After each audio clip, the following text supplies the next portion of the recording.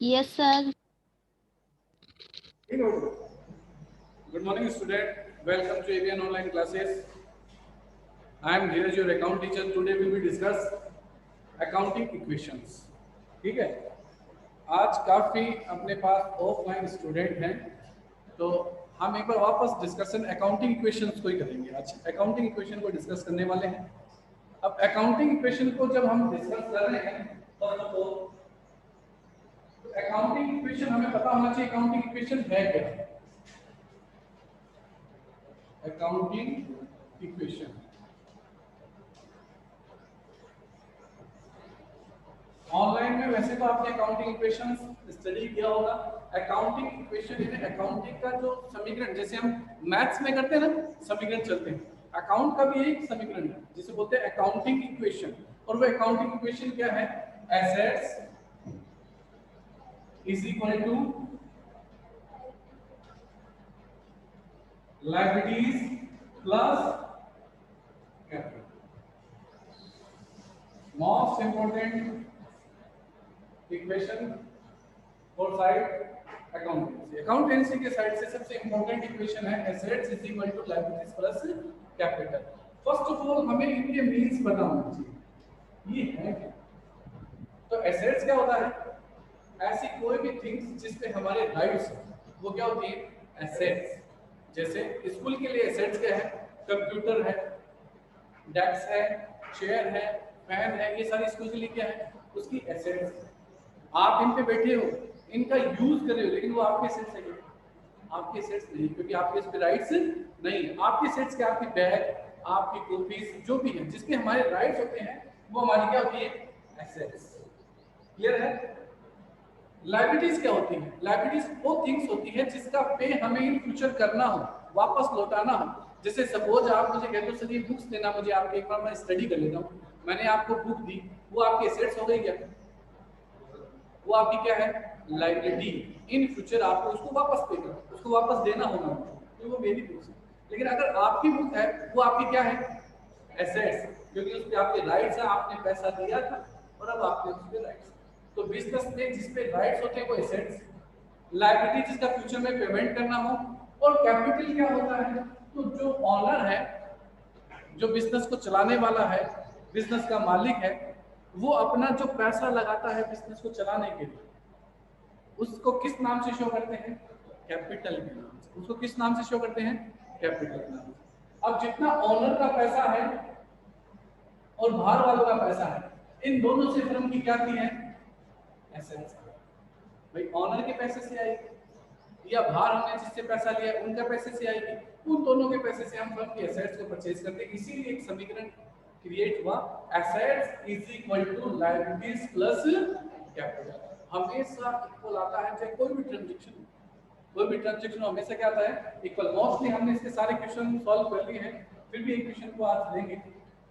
Second number, हमें कुछ assets के नाम पता होना चाहिए कि एसेट्स होती है. जैसे कैश, हमारे पास कैश इन हैंड है, वो हमारी एसेट है क्योंकि वो कैश हमारा है. यहाँ मैं किसके थ्रू बात कर रहा हूँ? बिजनेस के थ्रू. जैसे बिजनेस है तो बिजनेस के पास कैश पड़ा है, तो कैश क्या होगी? बिजनेस की एसेट्स.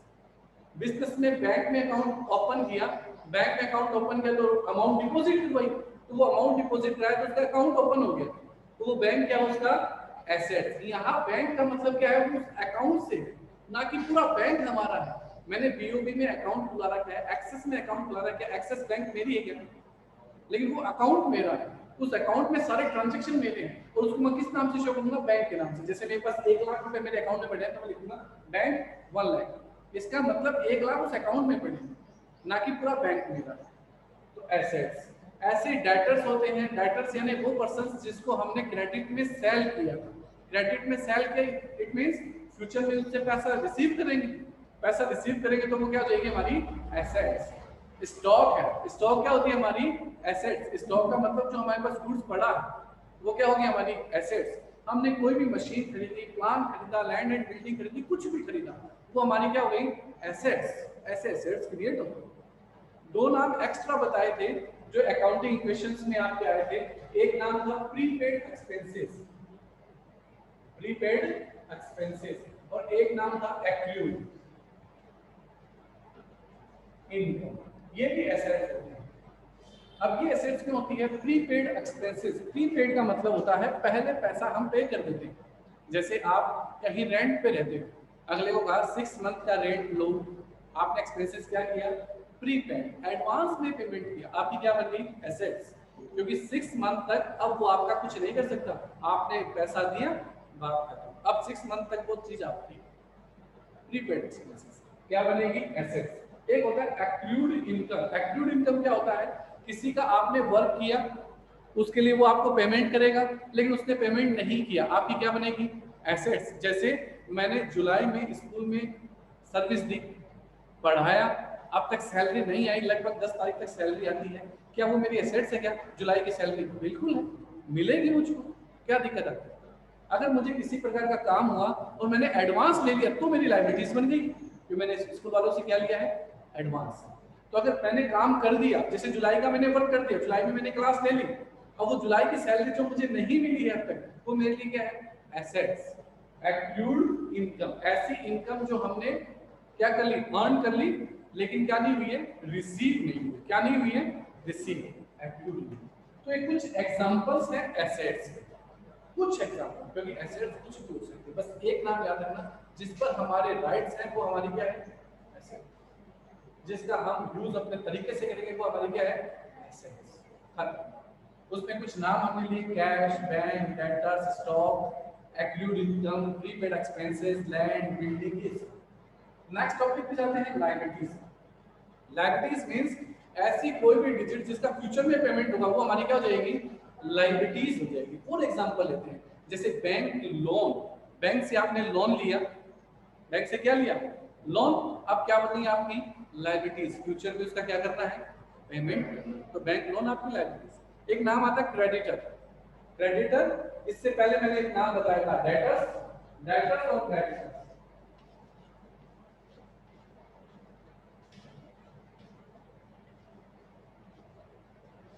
देखो ऐसा कोई भी मेरे हिसाब से बिजनेस नहीं है जिसमें क्रेडिट में काम नहीं चलता। क्रेडिट का मतलब उधार बेचना या उधार खरीदना, उधार देना या उधार लेना, ऐसा मेरे हिसाब से कोई बिजनेस नहीं। क्रेडिट तो चलेगा ही चलेगा। एक छोटी सी चाय की दुकान है, वहां भी क्रेडिट चलता है, लोगों का पी जाते हैं, ठीक है दे देंगे बाद में पैसा, वो भी कहीं से अपना थोड़ा बहुत माल आता है, हाँ मैं दे दूंगा, महीने के महीने पैसा दे दूंगा, तो क्रेडिट में चलता है। यदि हमने क्रेडिट किसी को दिया, सेल किया, तो वो क्या बनेंगे, डेटर्स, क्योंकि फ्यूचर में पेमेंट देंगे हमें, और क्या बन जाएंगे, एसेट्स। यदि हमने किसी से क्रेडिट में लिया है, इन फ्यूचर क्या करना पड़ेगा, पेमेंट करना पड़ेगा, क्या करना पड़ेगा, पेमेंट। अब पेमेंट करना पड़ेगा तो हमारे क्या बन जाएंगे, दोनों ही पर्सन है, दोनों ही आदमी है, लेकिन एक डेटर और एक क्रेडिटर। जैसे सपोज युग है, युग से मैंने 10,000 रुपए का गुड्स लिया है, युग मेरा क्या कहलाएगा, क्रेडिटर। मैंने लिया है, इन फ्यूचर पेमेंट करूंगा युग को, तो युग मेरा क्रेडिटर है, मेरी लायबिलिटीज है, पेमेंट करना है मुझे। बाय द वे मैंने उसको सेल करा, उससे परचेज नहीं किया, उसको क्या किया है, सेल। अब फ्यूचर में पेमेंट दूंगा, पेमेंट दूंगा तो क्या हो जाएगा, डेटर्स। तो पर्सन ही डेटर बनते हैं, पर्सन ही क्रेडिटर बनते हैं। बात है कंडीशन क्या है, सेल किया है या परचेज किया, वो भी कैसे, क्रेडिट। क्योंकि कैश करने से क्या मतलब है, इन्होंने मेरे से कुछ पैसा चीज लिया, उसका पैसा दिया, क्या मुझे नाम याद रखने की जरूरत है क्या, कोई जरूरत नहीं है, पैसा पेमेंट हो गया, क्या नाम की जरूरत है। लेकिन हाँ क्रेडिट में लिया तो अगला नाम याद रखेगा, क्योंकि इन फ्यूचर क्या करना है, पेमेंट लेना। तो डेटर, तो आपका क्रेडिटर क्या होती है, लायबिलिटीज। तो बैंक लोन हो गया, क्रेडिटर हो गया, ऐसा कोई भी पेमेंट जो फ्यूचर में करना हो। दो नाम एडिशनल इसमें भी हमने लिखाए थे, एक था आउटस्टैंडिंग, आउटस्टैंडिंग एक्सपेंसेस, और एक था एडवांस इनकम। ये दोनों क्या बनती हैं, लायबिलिटीज बनती हैं।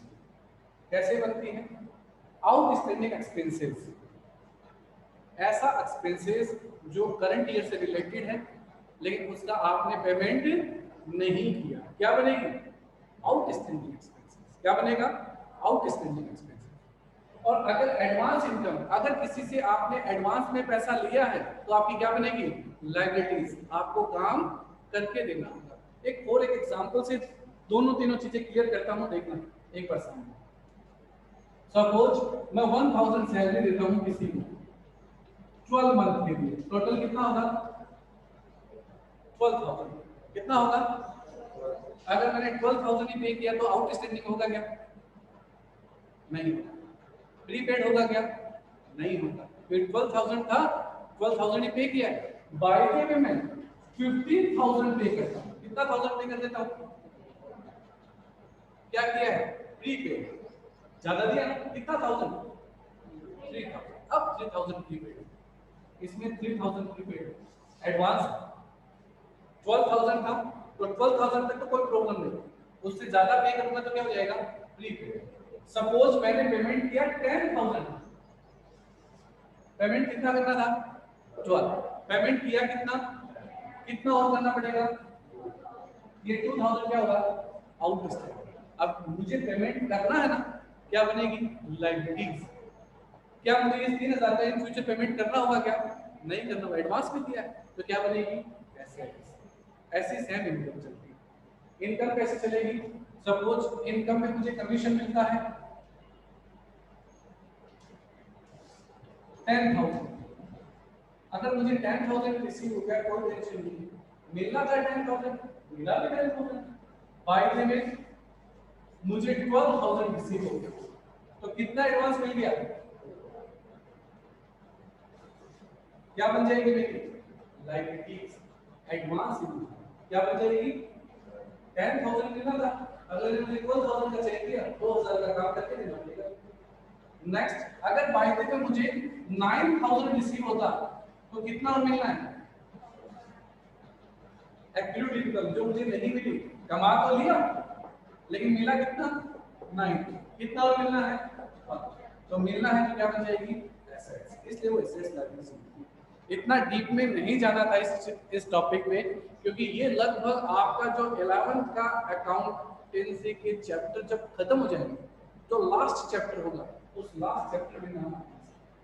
लेकिन मजे की बात है, अकाउंटिंग इक्वेशन में उसने फर्स्ट चैप्टर के अंदर इनको बिना समझाए ही इक्वेशन में डाल दिया, और इक्वेशन में डाल दिया तो सॉल्यूशन करना होगा, इसलिए उसको यहाँ समझाया गया। बाकी इसके देखना आप कॉपी को या बुक को स्टडी करोगे ना, ये नाम नहीं मिलेंगे, और जबकि अगर आप लास्ट चैप्टर को स्टडी करोगे ना तो उनमें नाम मिलेंगे, लगभग चौथे या पांचवें नंबर में मिल जाएंगे। Prepaid expenses, active income, outstanding, advance income, last chapter के बाद।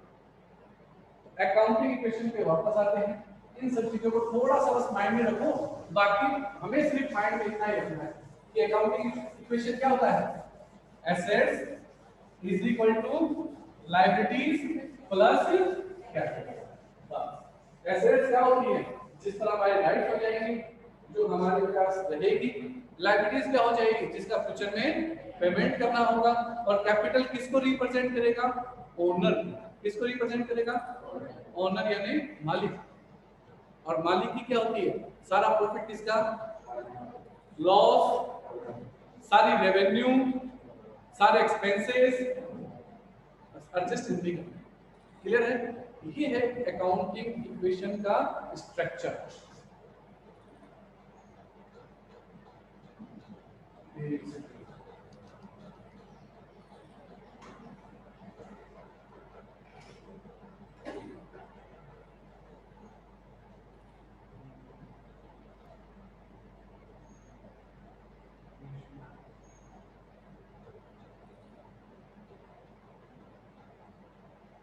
वाची यहाँ पे वाची वो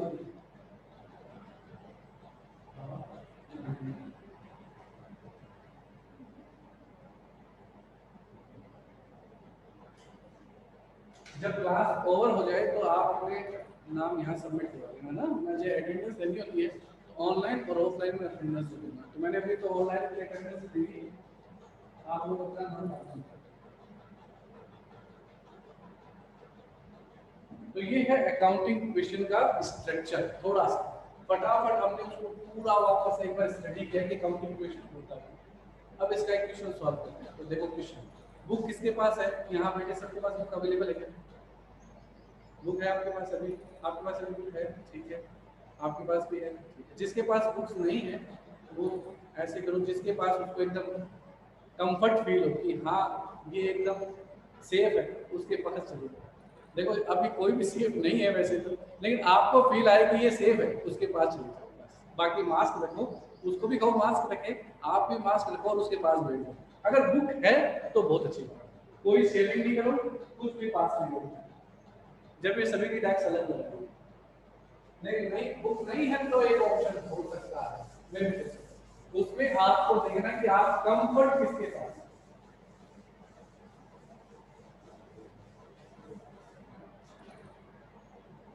देखो अकाउंटिंग क्वेश्चंस का क्वेश्चन सॉल्व करते हैं।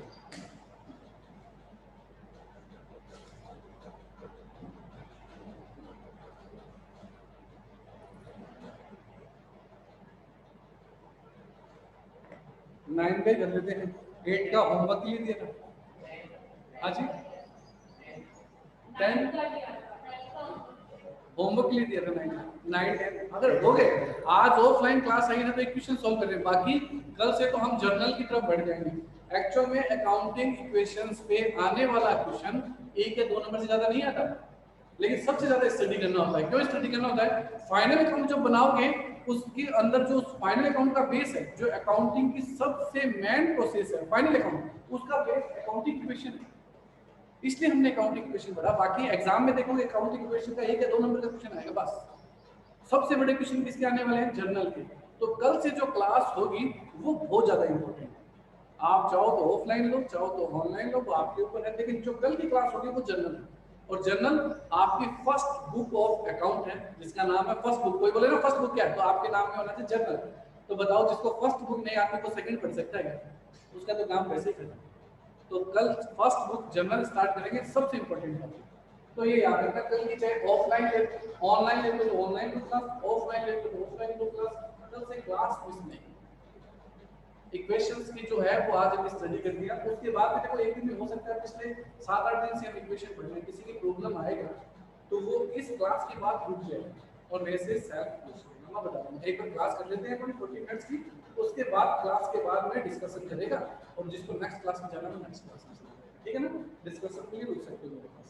तो चलो अकाउंटिंग इक्वेशंस देखते हैं। क्वेश्चन नंबर 9, क्वेश्चन नंबर 9 में है transaction of MS Vipin traders are given below. MS Vipin traders के कुछ ट्रांजैक्शन नीचे दिए हुए हैं। Show the effects on assets liabilities and capital with the help of accounting equation. उसकी एसेट्स लायबिलिटीज और कैपिटल पे क्या इफेक्ट पड़ेंगे उसको शो करो with the help of accounting equation. तो अकाउंटिंग इक्वेशन की हेल्प से जब हमें एसेट्स लायबिलिटीज और कैपिटल के इफेक्ट दिखाते हैं तो एक फॉर्मेट बनाते हैं। क्या बनाते हैं? फॉर्मेट। जिस फॉर्मेट के दो प्रकार के हैं, एक तो है फिक्स और एक क्या है? वेरिएबल। तो फिक्स क्या है, वेरिएबल क्या है, वैसे तो क्लास में ही बोला था मैंने, जब ऑनलाइन क्लास करते हैं फिर बोल दूंगा। Accounting equations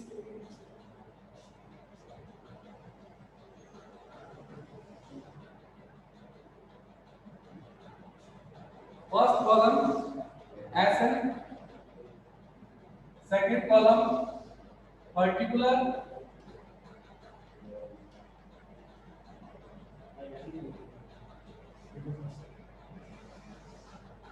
next column assets,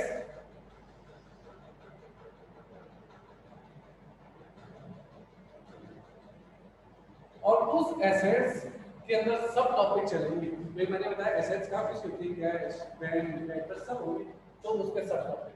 total is equal to liabilities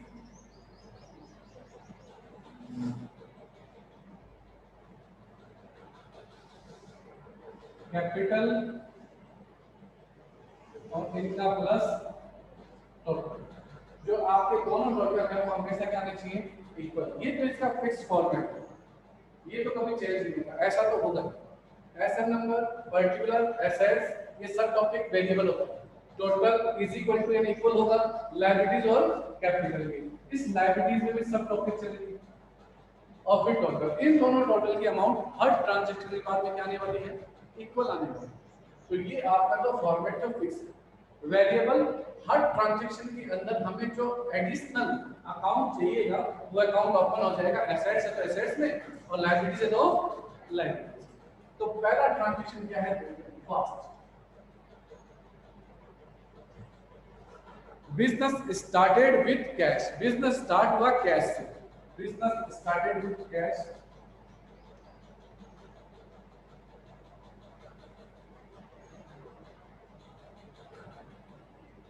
अब बिजनेस स्टार्टेड विथ कैश हुआ तो आपके बिजनेस में कैश आया, तो बिजनेस की क्या हो जाएगी? एसेट्स।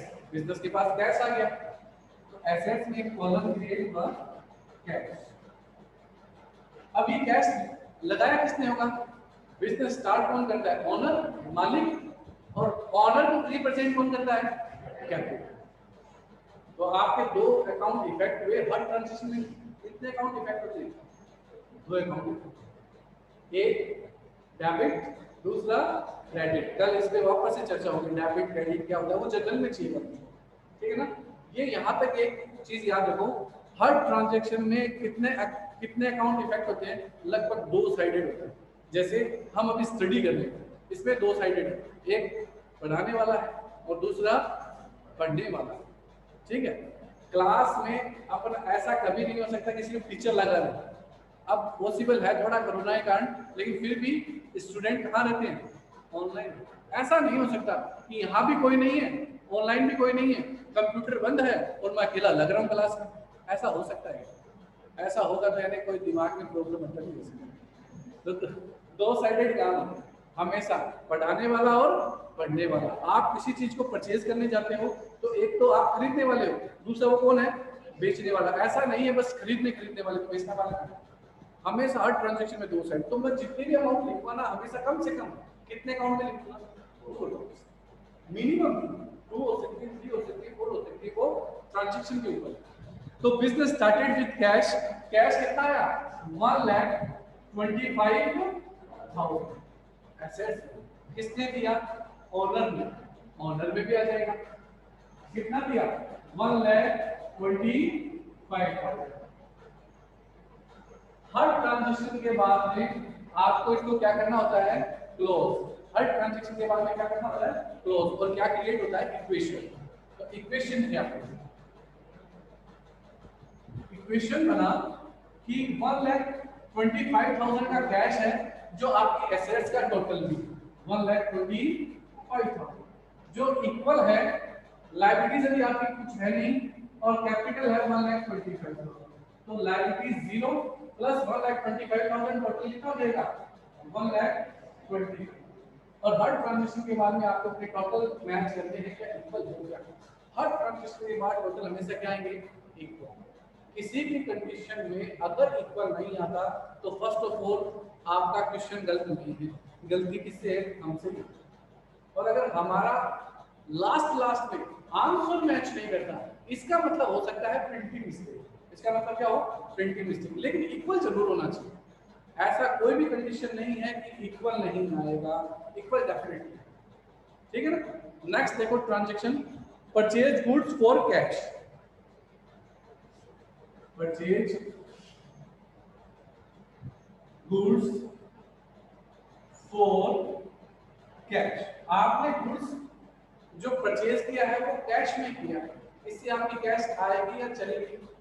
परचेज किया है यानी पैसा गया, कितना 50,000, तो पैसा तो गया कैश 50,000। और आपके पास क्या आ गया? गुड्स। और गुड्स क्या बनता है आपका? स्टॉक। और स्टॉक क्या होती है आपकी? एसेट्स। आपके पास पड़ा है गुड्स आपका, तो एसेट्स बना तो एक नया कॉलम क्रिएट हुआ जिसका नाम क्या है? स्टॉक। कितने थाउजेंड का आ गया? ये तो ट्रांजैक्शन था, परचेज गुड्स फॉर कैश, पैसा चला गया, गुड्स आ गया, हो गया कंप्लीट। Equation transaction complete. तो बनेगी न्यू इक्वेशन। अब इक्वेशन क्या हो गई? नहीं बन गई, न्यू इक्वेशन। कैश कितना हो गया? 75,000। स्टॉक कितना हो गया? अब आपके पास दो स्टॉक है, कैश 75,000, स्टॉक 50,000, टोटल कितना है? 1,25,000, जो इज इक्वल टू है लायबिलिटीज अभी भी कुछ भी नहीं बनी आपकी, छोड़ दो। कैपिटल में कोई चेंजमेंट नहीं है, कैपिटल अभी भी आपका 1,25,000 है और टोटल कितना हो जाएगा? 1,20,000। 25। Second equation complete. दो इक्वेशन में किसी के कोई प्रॉब्लम है? स्टार्टेड बिजनेस, परचेज, कोई डाउट? नेक्स्ट करें। परचेज फर्नीचर फॉर आर के फर्नीचर,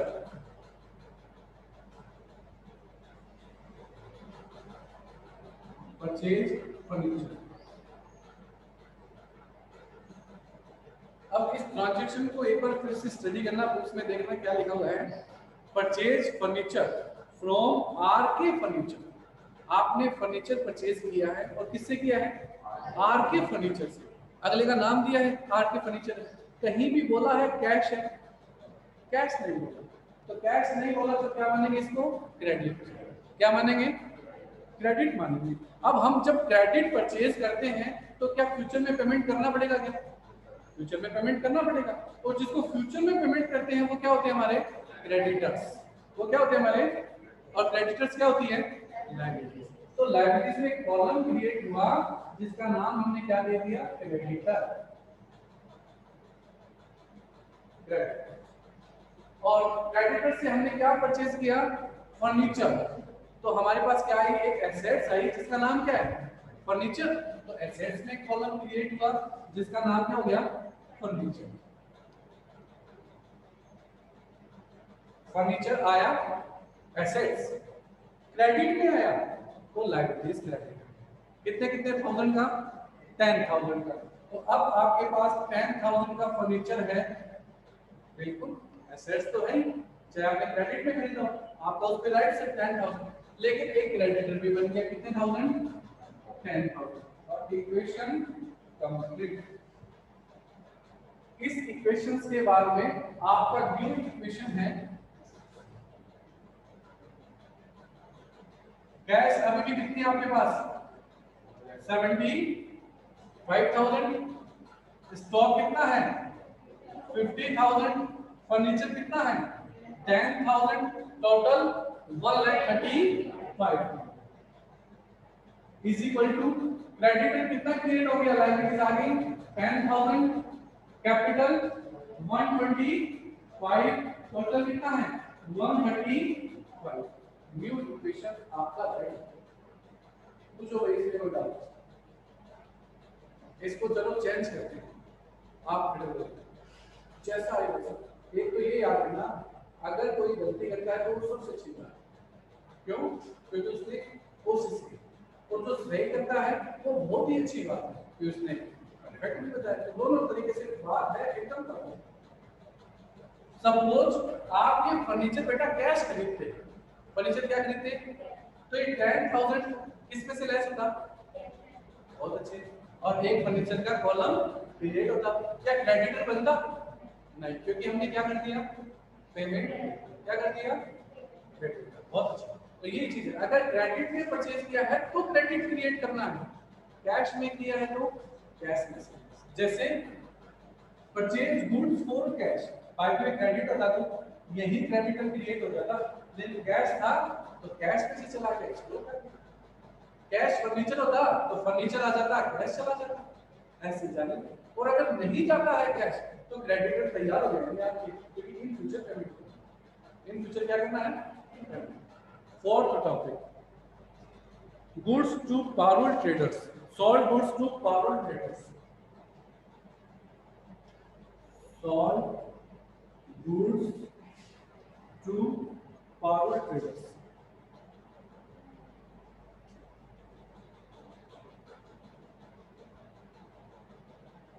ये थोड़ा सा अच्छे से समझना, अकाउंटिंग क्वेश्चन में यहाँ कई बार प्रॉब्लम आती है। देखो, sold goods to Parole Traders, जो सोल्ड गुड्स किया पैरोल ट्रेडर्स को, उसकी कॉस्ट थी 7,000। कॉस्ट कितना था? 7,000। सेल कितने में किया? 9,000। सेल कितने में किया? तो ये बताओ आपका जो गुड्स गया बिजनेस से वो कितने थाउजेंड का गया? 7,000 या 9,000? 7,000। गुड्स की कॉस्टिंग कितना था? 7,000। तो गुड्स तो गया 7,000 फास्ट। अब किसको सेल किया? ये पैरोल ट्रेडर्स को। किसको सेल किया? क्या उससे कैश लिया? क्या कैश नहीं लिया, कैश नहीं लिया तो वो क्या बनेगा हमारा डेटर्स बनेगा। क्या बनेगा? क्योंकि फ्यूचर में पेमेंट हमको करेगा, हमने सेल किया, परचेज करते तो क्रेडिटर और सेल करते तो डेटर्स। आपकी एक नई एसेट्स क्रिएट हुई जिसका नाम क्या है? डेटर्स। कितना थाउजेंड मांगोगे उसे? 7000 की कॉस्ट थी लेकिन आपने उसको कितना थाउजेंड बताया? 9000। तो डेटर्स से कितना पेमेंट लेना है? 9000। तो डेटर्स में आ गया 9000। डेटर्स में कितना आ गया? गुड्स चला गया 7000, डेटर्स में आ गया 9000। इस ट्रांजैक्शन से आपको प्रॉफिट हुआ लॉस? प्रॉफिट कितना? 1000। प्रॉफिट किसका होता है? ओनर का होता है। ओनर को रिप्रेजेंट कौन करता है?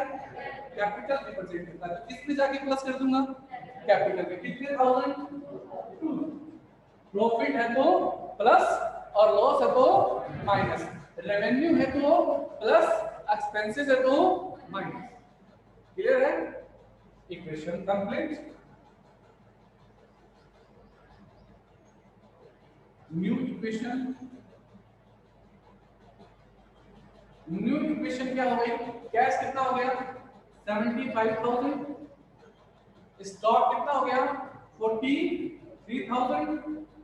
फर्नीचर 10,000। डेटर्स 9,000। और टोटल कितना हो जाएगा? 1,37,000 is equal to creditor 10,000, capital plus होगी कितना हो जाएगा? 1,27,000। टोटल हो जाएगा 1,37,000। टोटल दोनों तरफ इक्वल। अभी अब कौन है? हमेशा हमेशा यहाँ अमीषा कौन है? आप में से एक ने बोला था ना मेरा नाम अमीषा है। अनुष्का बोला था। अमीषा करेक्ट हुए था।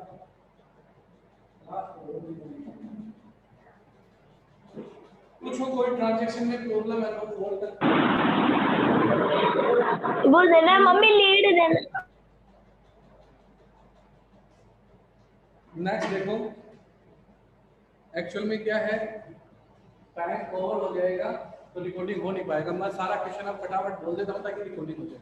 देखना क्वेश्चन को बोल रहा हूँ क्या होगा और डिस्कस करते हैं। पैड कार्टेज, आपने कार्टेज पैड किया है, गाड़ी भाड़ा चुका है, पैड कार्टेज लिखा क्या? Paid cartage. देखते ना, पैड कार्टेज तो पैसा क्या है? किसमें से लेस करो? कैश में। तो क्या है ये? एक्सपेंसेस। क्या है?